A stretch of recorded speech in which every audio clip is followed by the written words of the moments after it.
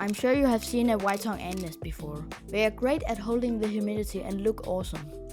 So today I'm gonna try to build my own. Oh yeah, and welcome to MV Ants. Now let's start out by figuring out the materials you need. So here's what I used. You need some Ytong or AAC block, of course, which is actually used for building houses, structures and somehow ant nests. And you need some plexiglass. Here I am using plexiglass from a picture frame.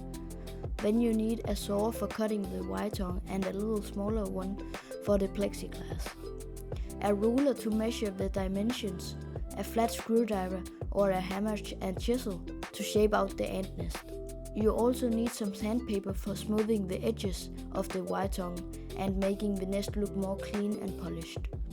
A normal pen for sketching out the desired design and marking on the plexiglass and Ytong. And some scissors. Oh yeah, and you also need some kind of drill and some magnets or screws to hold it together.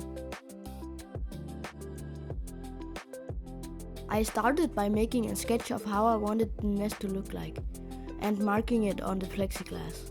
And just get creative. Here I made a pretty small nest, but you can make it any size you want. Now I got to work cutting the plexiglass and Ytong to my liking.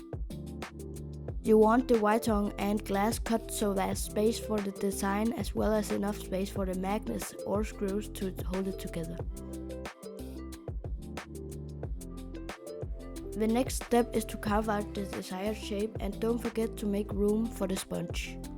Sponges can hold water over long periods of time and helps create humidity in the chambers, so it's pretty much essential for an ant nest.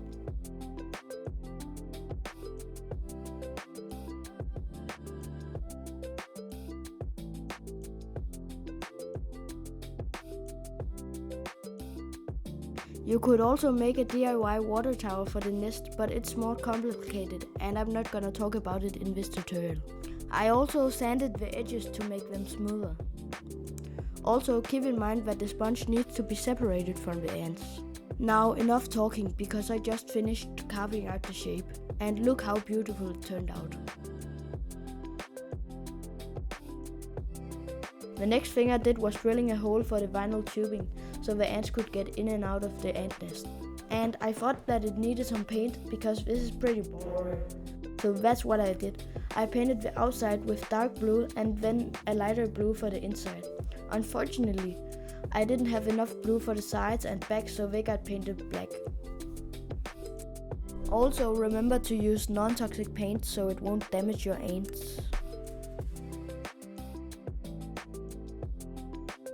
The final thing I did was gluing in the screws and bolts for the glass.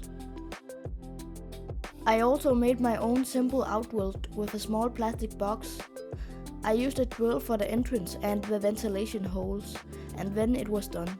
I filled it up with a small layer of sand and some rocks. And this is the finished result.